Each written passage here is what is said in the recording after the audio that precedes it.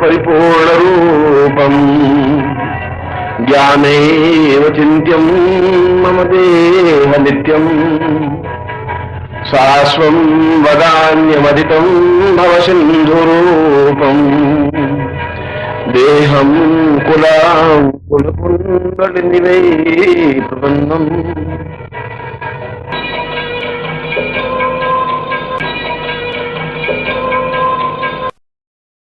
We can understand the Kundalini.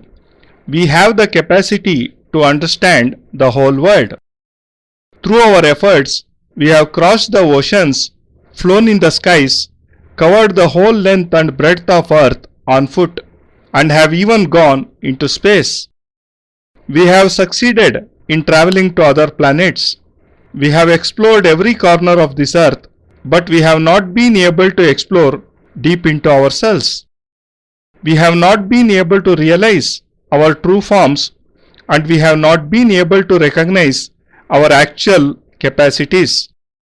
All our efforts shall go in vain until we understand the process of entering our own conscience. The situation in which we are today is similar to that of a thirsty person who goes to the seashore.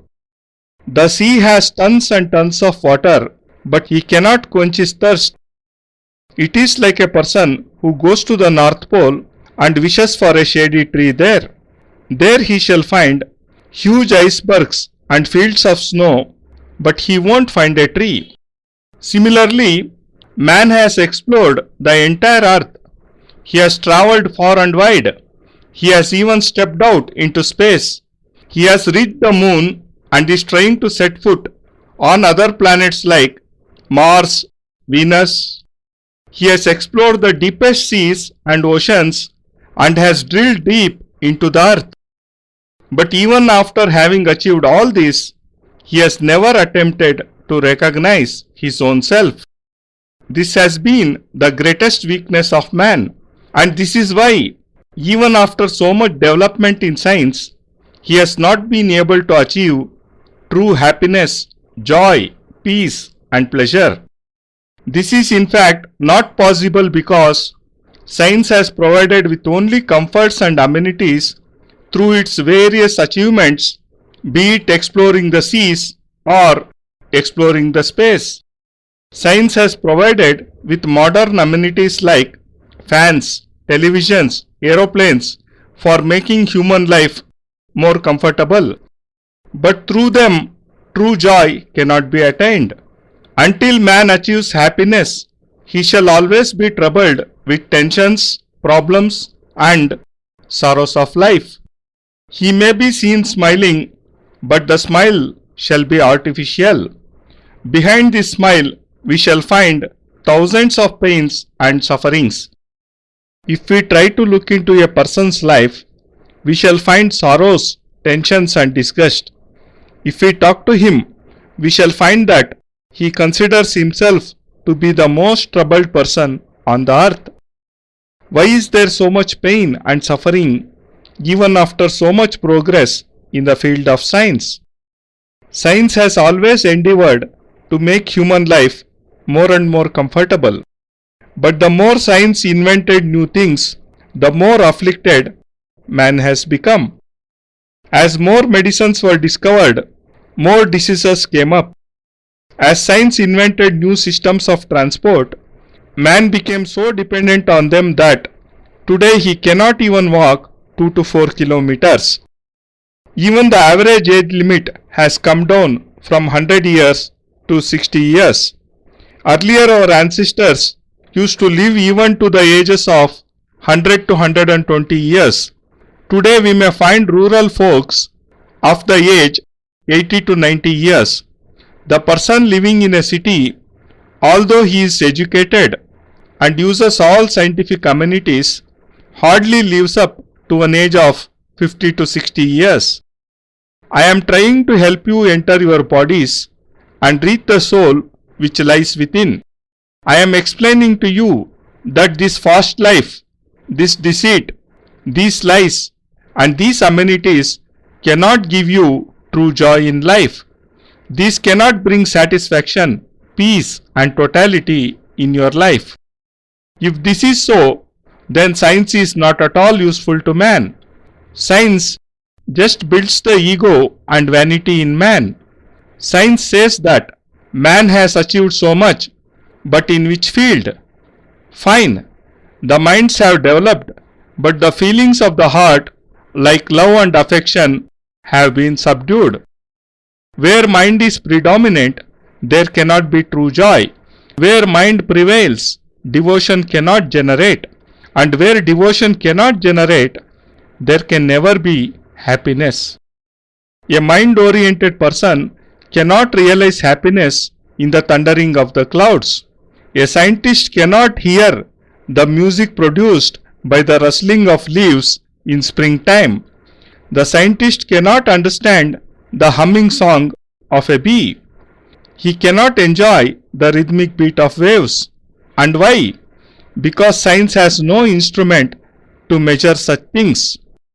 In comparison to comforts, God has given unlimited, boundless extent to joy. He has instilled music in the flow of a river. He has filled the clouds with lightning. He has bestowed the clouds with thunder. He has instilled music in the voice of a cuckoo and has blessed a peacock with an enchanting dance. And God has created all this so that one can attain joy and happiness. But it is very unfortunate that man is not able to achieve what he should. Rather, he is blindly running after all that is useless for him, and this madness stops only when he dies. He strives so hard to obtain all comforts, but he himself is not able to enjoy them, as he keeps running after more and more all through his life. A person earns millions of rupees, but to what use? He cannot go to Haridwar. He cannot enjoy the gentle music of a river by sitting on its bank. He cannot go to Amarnath to have the darshan of God. Such a person starts his life and ends his life in the same way. Such life is, in fact, meaningless. This is not the way to achieve happiness. Such life cannot even be called human.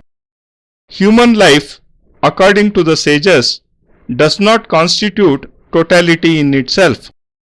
They have said that the joy present in our hearts is in fact the totality of life.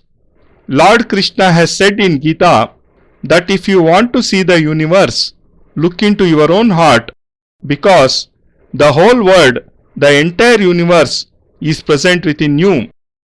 Just look into your own self and you will find hundreds of planets and stars revolving around you. Close your eyes and look within. The process of looking with closed eyes is called dhyan or meditation, and the yogis have called it the state of awakening of the Kundalini.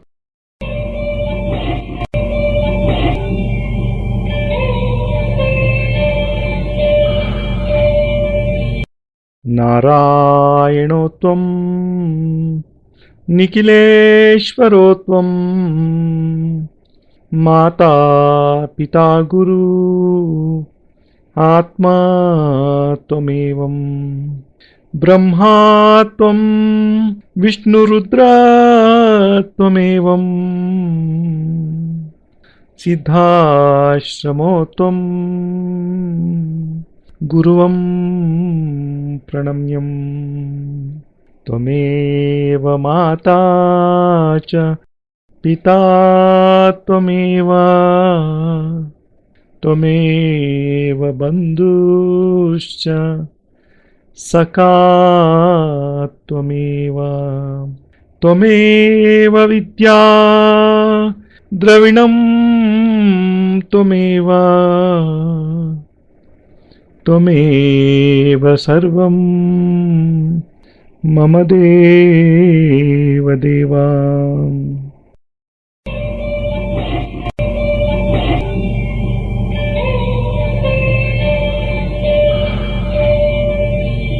Twadeeyam Vastu Nikhilam Tubyamevam Samarpayeth. Jai Gurudev.